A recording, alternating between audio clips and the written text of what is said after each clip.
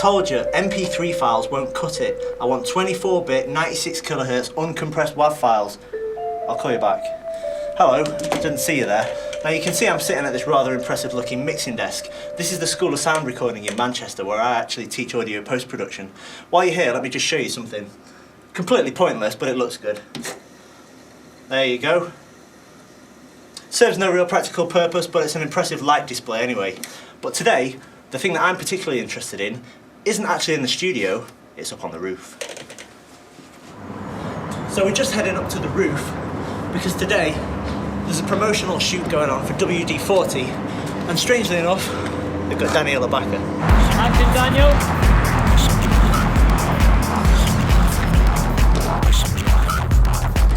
Yeah, we're making a film for WD-40.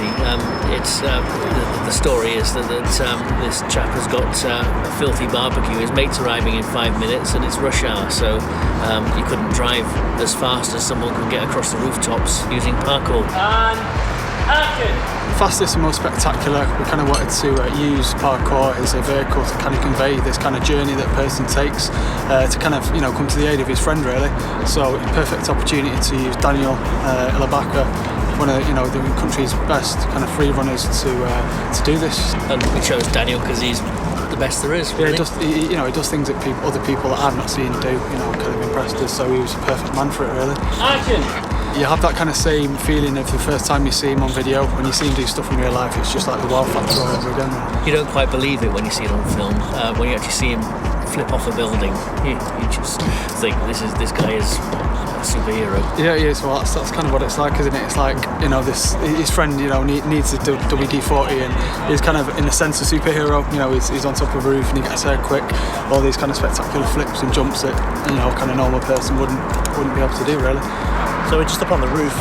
It's fairly elaborate. Shooting on the red digital cinema camera today. You can see that we've got this what looks like a zip line, but it's basically a cable for the camera to run along, and should certainly provide for some interesting shots. So basically we're just trying to work out some movements, and then hopefully the camera should glide perfectly smoothly along it. That's the idea anyway. Just seeing Daniel do ordinary things, like everyone else goes up the ladder and he runs up the wall. He comes down a fire escape, just using, drops the last 40 feet. It's just an amazing, spectacular talent that he has. We're here in Manchester. We're doing a viral for WD-40, and it's going really, really well. Earlier today I took a little bump to the ankle on the crash mat, which is pretty devastating because that's how it always happens. But apart from that, the shoot's gone really, really well. I've really enjoyed working with everyone. Just been a great energy, great vibes. Always good to see fellow tracers. And I know you were quite keen not to fake any movements, weren't you? You were quite keen to make sure. Well, that's it. I mean, the thing is, I despise those type of shots that you see in commercials where you see someone do a jump, then it cuts to a separate landing, If you're going to do it, it's got to be real, it's got to be raw. Unfortunately, I wasn't able to do any of that type, a lot of that type of stuff today that I would have liked to have done in mine, based on the injury on the crash mat. But apart from that, I think it's gone well. We've managed to pull it out of the bag at the end of the day. I gave my ankle a little rest for about 5 minutes, and then after that I was fine, just back on my feet. Yeah, just got to take it in each stride, I guess. Brilliant. Thanks, Danny. No worries, man. Cheers. It's good to meet you. As you know, we're big advocates of conditioning and natural bodyweight exercises, but when you do want to lift weights, we personally think it's better to find weights in the natural environment, and there's none better than a cantilever bridge.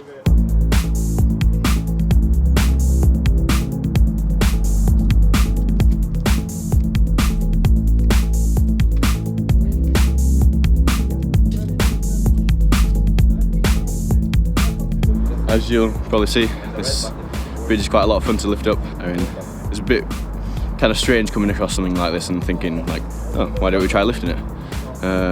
The idea came basically from my dad. There's a very similar bridge to this just around the corner, but it's still in use and it's all locked down, and it has a winch on it.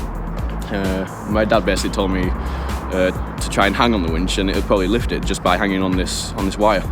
And showing up, like me hanging on the wire just with one hand, sort of raised this bridge out a little bit, and we tried to go to the other end and lift it up, but it was all locked down. It was about 2 weeks later we found this one.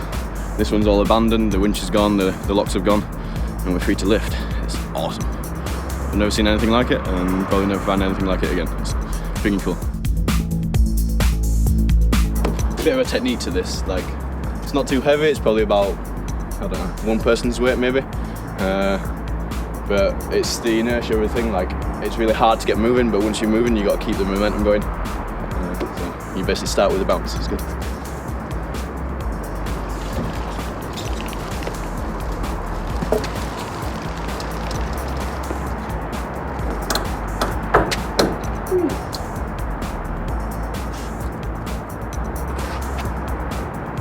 As you hear, you pause for effect.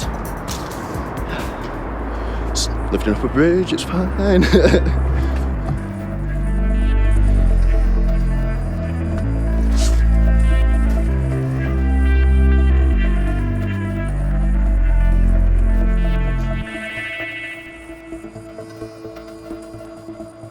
In Manchester, we've got quite a broad variety of practitioners in terms of ages and backgrounds, and one question which people do ask fairly regularly, both on YouTube and on our forums, is am I too old to start practicing parkour? And I think, you know, there's no definite answer to that, because if you want to practice, then there's always something that you can do that's within your own capabilities. And one person who's recently started practicing with us in Manchester is Mike. He's 37, so we're going to just hear a few things from him about his approach to training. Well, originally I remember seeing the Jump London film years and years ago, and I thought I'd really love to be able to do that. I'd really love to try parkour. But at the time I was probably about 30 years old, and I thought, no, I'm too old. I wish I'd started that when I was younger, because I'd be really good. And I kind of totally forgot about it. But it was probably like a year ago, I was looking on YouTube and I came across the Nature of the Challenge, and I realised there was an active community of people training parkour in Manchester. So I came along to one of the training sessions and have been training ever since.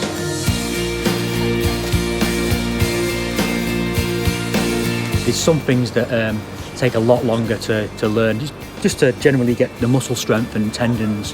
I don't quite strengthen up as quick, and I probably won't do as many daring things as the younger guys. The younger guys might do much bigger jumps than me, and with my age I sort of hold back and that sort of thing. I don't get any serious injuries, it's just minor little strains and muscle soreness, and there's probably a reason why professional footballers and boxers stop training at probably 35, 37, because you just can't perform at the same level as a younger person. But there's still plenty you can achieve. I've seen guys like running marathons that are in the 60s and 70s, so there's plenty of things you can do in parkour. You don't necessarily have to be really young. Once you start training parkour, I used to go to a gym, and I considered myself quite strong compared to some of my friends who didn't train at all. But until I started training parkour, it's like a whole new level of strength, because it's all body weight, and you have to be much more conscious of your weight as well, because your weight matters when it comes to climbing up a wall. Whereas in a gym, you can simply lift a heavy object, and you kind of get into a routine where it becomes easy, gym training 2-3 times a week. But in parkour, there's so much variety. Every part of the body is really pushed to the limit. So I've completely changed my diet and cut back on obvious bad things like alcohol. I'm not really a smoker, so that's not really a problem. But I can really feel the benefits in my health since I've been training. Yes!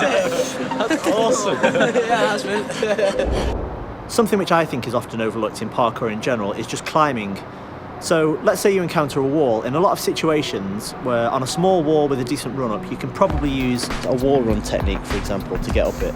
But on larger walls, or where you maybe don't have anything like the same amount of run up, then it really does pay to be able to climb it. And that's what we've been practicing recently, you know. Quite often we'll just go out, have a look around the environment, and you'd be surprised how much climbing potential there is. You know, a variety of different climbing challenges, from ones which are relatively close to ground level, which are mainly technical, and the challenge with these is often just finding the handholds and the footholds, and also it's partly down to endurance. For example, when you're trying to do a traverse over a certain amount of distance, you know, it really starts to burn in your forearms. So I suppose it's building the endurance as much as the technique as well with that kind of thing. And also some walls are maybe reasonably simple to climb, but it's a question of knowing where the handholds are. And there's one example at Castlefield near where we train, where the climb itself isn't too difficult, but it took us probably 10 or 15 minutes the first time we went there, simply to find the handholds. But once we knew them, you know, it's not too bad. So whilst we're not experienced climbers, I think it is good to build these skills, because if you think about what the main objective of parkour is, it's to be able to overcome all obstacles, and so climbing should really form a significant part of that. And in a city like Manchester, where you've got a real mixture of architecture, both old and new, it really does present some interesting climbing opportunities.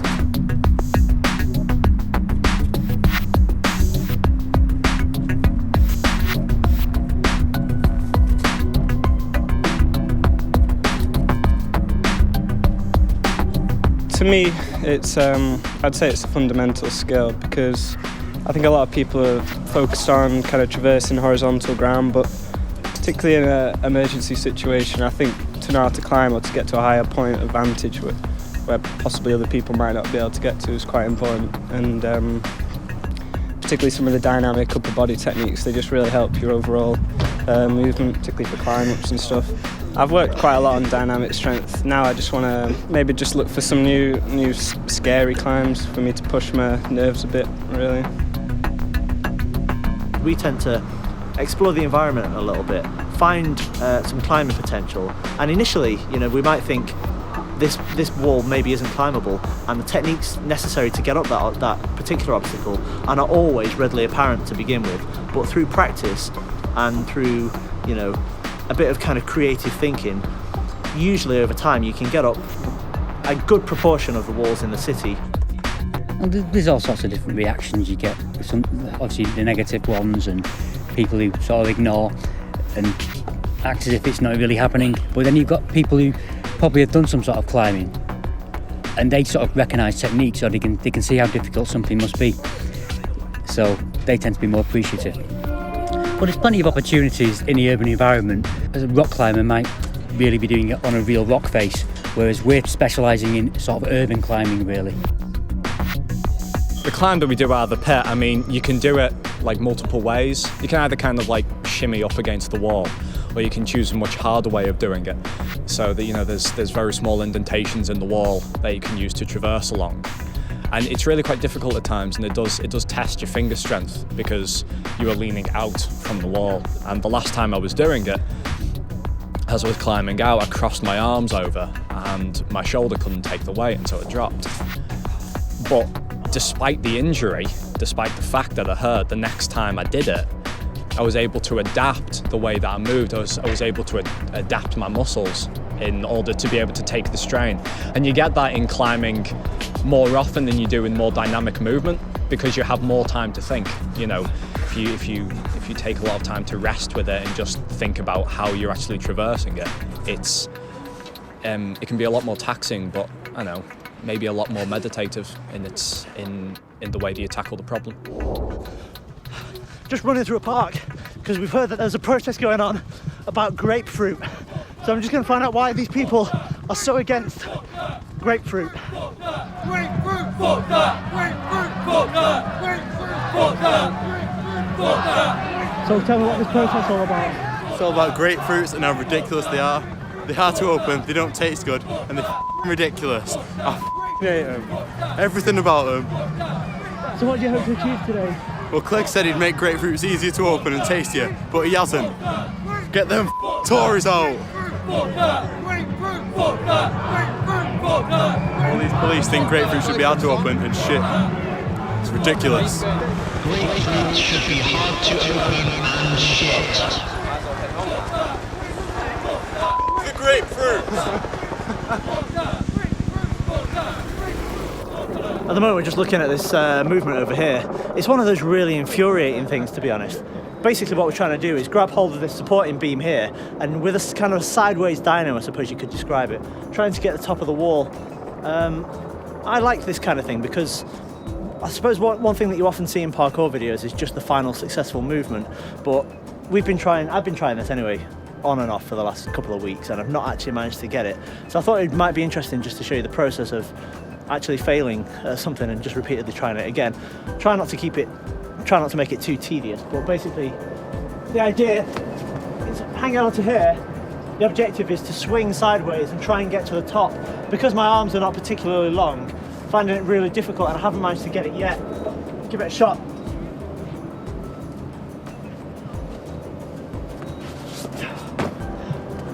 It's just a question of keeping trying.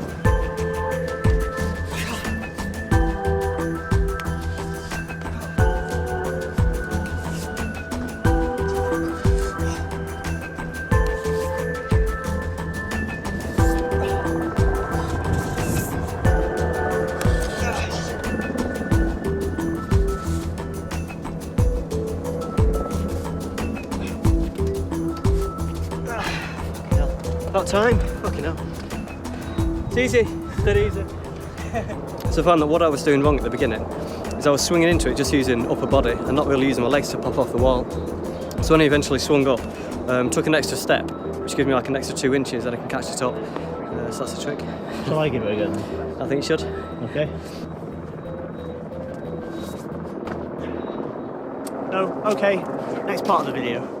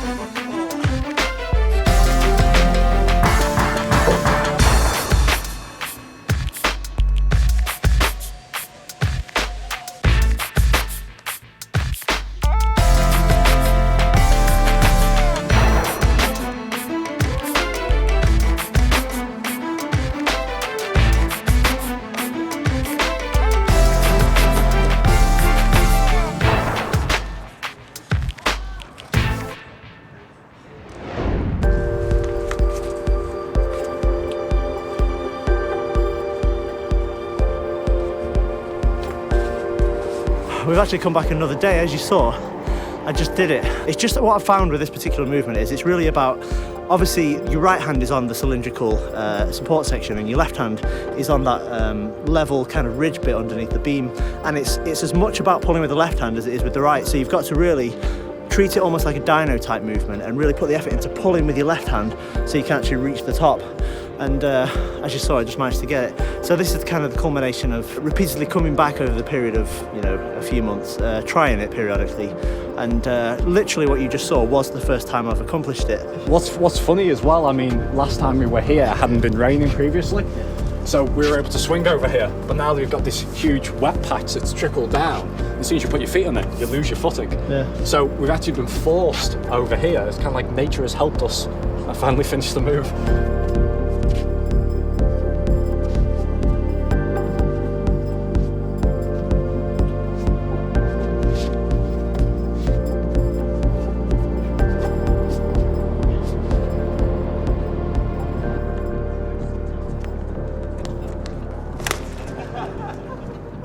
The only good grapefruit is a smashed grapefruit. That's not going to be bothering anyone anymore. Well, it's New Year's Day, and it's a New Year's challenge. I'm going to attempt to traverse across this bridge. I've never done it before, so it's the first time. I've probably done a short bridge half the distance previously, so I'm a little bit on edge because I may just fall in the water. What are your main concerns? Just running out of energy as I get near the end, because that will be just so, you know, annoying just to get like a metre or two away and then falling into that freezing cold water. Okay. Well, you've got the head camera, so we're going to get some shots from your perspective. Okay. So when you're ready, just, you know, give it a go.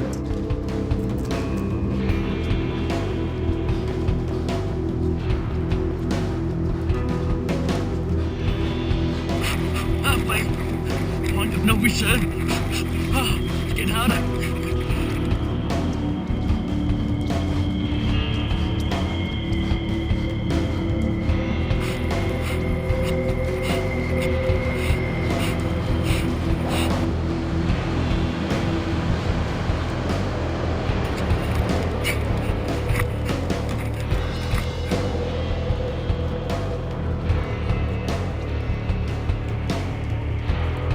So, a successful trip across the bridge then? Yeah, I'm very pleased, yeah. It did get a little bit ropey towards the end. I was genuinely getting tired, and I really had to just try not to swear too much. But as soon as I got halfway, I felt I could do it. It's like you either complete it or fail. It's not like going so far on a run or a wall. It's either you can do it or you can't, really. But it really did start to dig into my hands near the end as well. But I quite enjoyed it.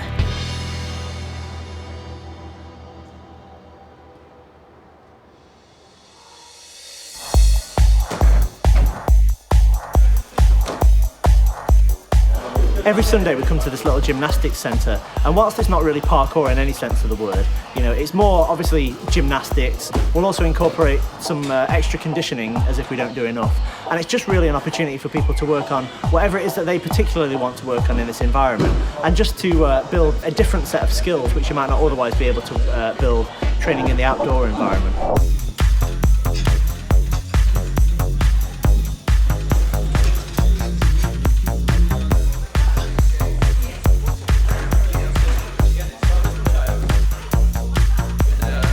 Yeah, working on cat passes right now, and also working on wall spins and stuff I just wouldn't have the confidence in doing outside initially.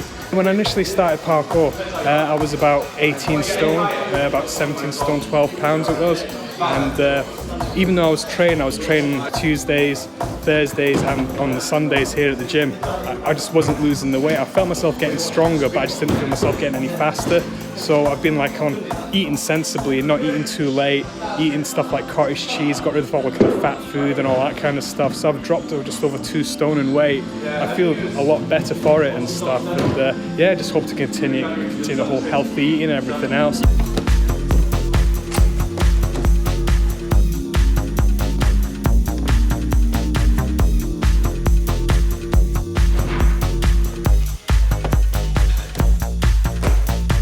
In the gym, I've been doing a lot of training, doing like flips and cat passes and stuff I'm a bit apprehensive about trying outside, because obviously try flip outside and land on your head, it's game over, but in here you can just get up and do it again, so it's good for that really, and to build your confidence. One of the good things about the gym is that people practice a complete broad range of skills. You know, we've got people practicing acro balance, we've got people practicing stuff on the beams, and everybody's got their own thing, you know, and it's just such a mixture of different skills really, and that's the thing that I really like about training in the gym. When I started parkour, I never used to care about form. My mentality was just to get something first, get it controlled and get it, I don't know, make it a little bit bigger and better, I guess. Then work on form later, it was always something that I've got lots of time to work on. And it's the worst thing ever. Like, once you learn something, you just cannot get out of the habit. As an example of that is, when I land, I have my feet slightly turned out, and my knees go forwards in the landing, but my ankles are slightly further out, which is natural. But because I've practiced it so much, the inside of my legs got stronger than the outside of my leg, you know, the outside of my thigh. So that emphasises this and just pushes it even further. And now there's quite a big angle between where my ankle points and where my knee points. It's not a good thing, and I've tried so hard to correct it. It's very, very hard these days. The guys that start now, they all progress very well. They all train in better ways than we did when we started, so they have a better chance of doing it. It's been great to come back. I haven't trained for about 2 years because I haven't moved down to Oxford, and everybody else has improved around me, but I still find that I've got a real passion for training, and everybody's really helpful in getting you back and started into it. Training flips is the biggest challenge I think I've ever had, because every time you come to it, I find that I have to get over the fear of doing it. It's like a feeling like in the middle of your chest, and it's just telling you don't do it. It's a bad idea, you know, you can hurt yourself. And every time you do it and you finally get over it at once, then it's absolutely fine. You know, there's nothing to be worried about if you have the confidence to do it. And it's one of those things where if you just do it, it's fine. You hesitate, it comes apart on you, and it really is a confidence thing. But the great thing about it is having friends around you to help you out and build that confidence, and just knowing that you'll get there. So, oh, my penis. I'm not going to do that again. It's really going to hurt in later life. We couldn't go any further in this video without introducing this crazy character called Han. Parkour! He's from Malta, but he's also spent some time growing up in Thailand. No one's entirely sure of where he came from. He comes to the conditioning sessions. He's got this motto, actually, which is, "Come on, guys, let's finish the weekend." Come on, guys, let's finish the weekend. Usually, though, he says it on a Tuesday evening. I don't know what it means, and I'm not entirely sure that he knows what it means either. Han follows this diet called the paleo diet. Sometimes it's referred to as a caveman diet, and basically it's designed to be returned to the original way of eating. So eating uncooked meats, eating fruit in the natural form, and he follows it pretty much to the letter. With good diet, you get disease free in your body and you not get sick. So yeah, I prefer the fruits with the skin, and like this banana. I know it's very old, but I enjoy it. Eat it. I know people think are disgusting, but I enjoy eating this, not because I want to be a different, because I enjoy what I'm doing right now. Just like chocolate. Wow, so sexy. Out of all the people who practice parkour in Manchester, Han is possibly the most crazy. I know you can't say crazy, but yeah, I'm crazy. Parkour is good for your hamstrings. I don't care. If there's one thing that Han absolutely loves, it's conditioning. Tuesday evenings when we do conditioning, he's like a machine that knows absolutely no bounds. He'll do so many reps of something and he won't stop. When everybody else is tired, he'll just continue. I know that I do a lot of conditioning, some of the other guys do a lot of conditioning, but Han just takes it to the next level. Recently, the canal was completely frozen over, and there was a time, the temperature dropped to maybe minus 10 degrees Celsius, and it was safe to walk on it. A couple of weeks later, though, it was wafer thin. It could barely take the weight of a human. Did Han care? No. Han walked on the canal, even did some quadrupedal movement on the canal. Crazy stuff. I didn't really have any music that was suggestive of Malta or Thailand, so I just chose this track, which I thought sounded funny. Let's finish the weekend. One thing which I did want to speak about, which a few people on YouTube have inquired about, is the flag. For some reason, this in particular seems to generate a lot of interest and everybody wants to try it. So I would say to people, don't try and skip ahead of yourself in your training. The flag is quite a difficult thing to do. And so the strange thing that I found is that some people who maybe can't even do a pull-up or can't even do a muscle-up find themselves wanting to do the flag. So think about how you actually want to train. Don't just try and do something because you think it looks spectacular. Do it because you're at a stage in your training where you're ready to do that and it's a challenge for you. Having said that, I will talk you through some of the basics of how I personally went about training for the flag.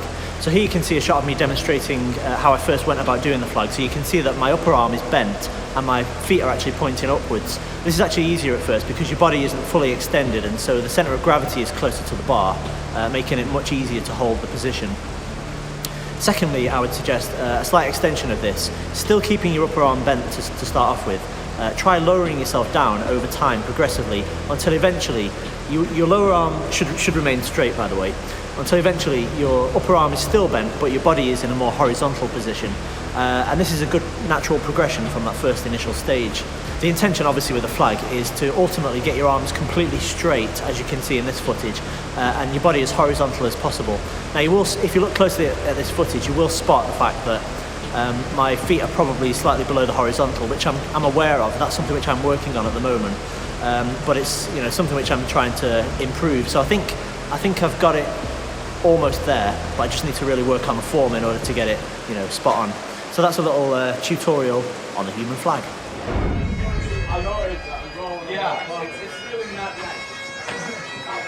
Scotland belongs to the Scottish.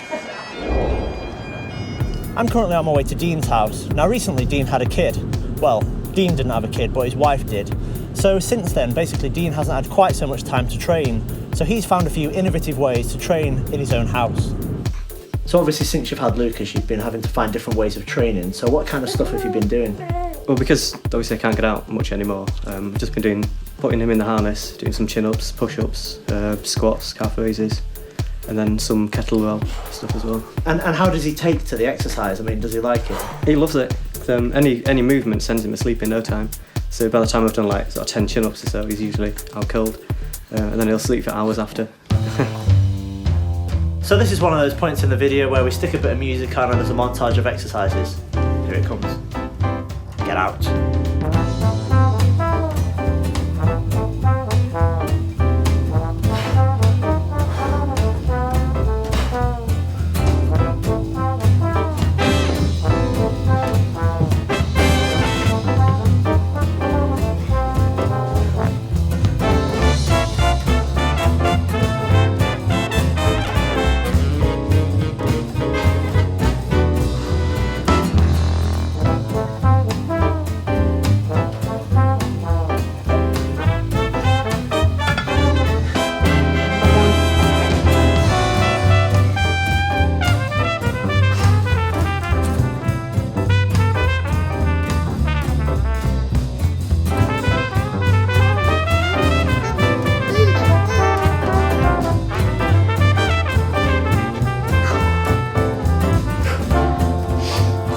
you can see, we finished now. He's knackered, I'm knackered, but that's not going to stop me. It's time for some serious parkour training.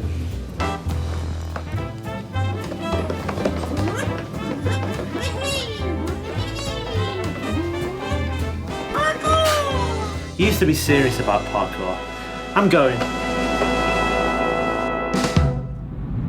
So we're back in the car again. It's actually Easter Sunday, believe it or not, and we're headed to Burrs Country Park in Bury because I've heard that there's a parkour session going on where people are dressed as Easter bunnies. So we're going to find out what it's all about.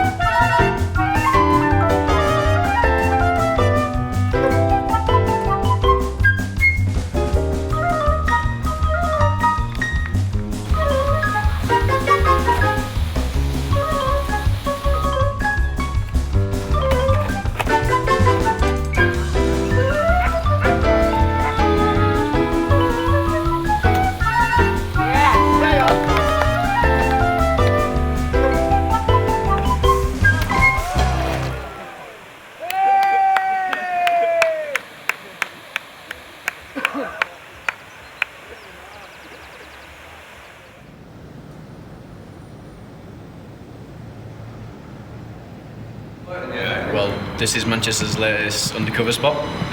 We just stumbled upon it like a couple of weeks ago. Pretty damn good. I mean, it looks like someone's already built us a park. Don't really know what's been happening. We found some evidence of tramps around here, so we think it could be due to them. Other than that, weasels.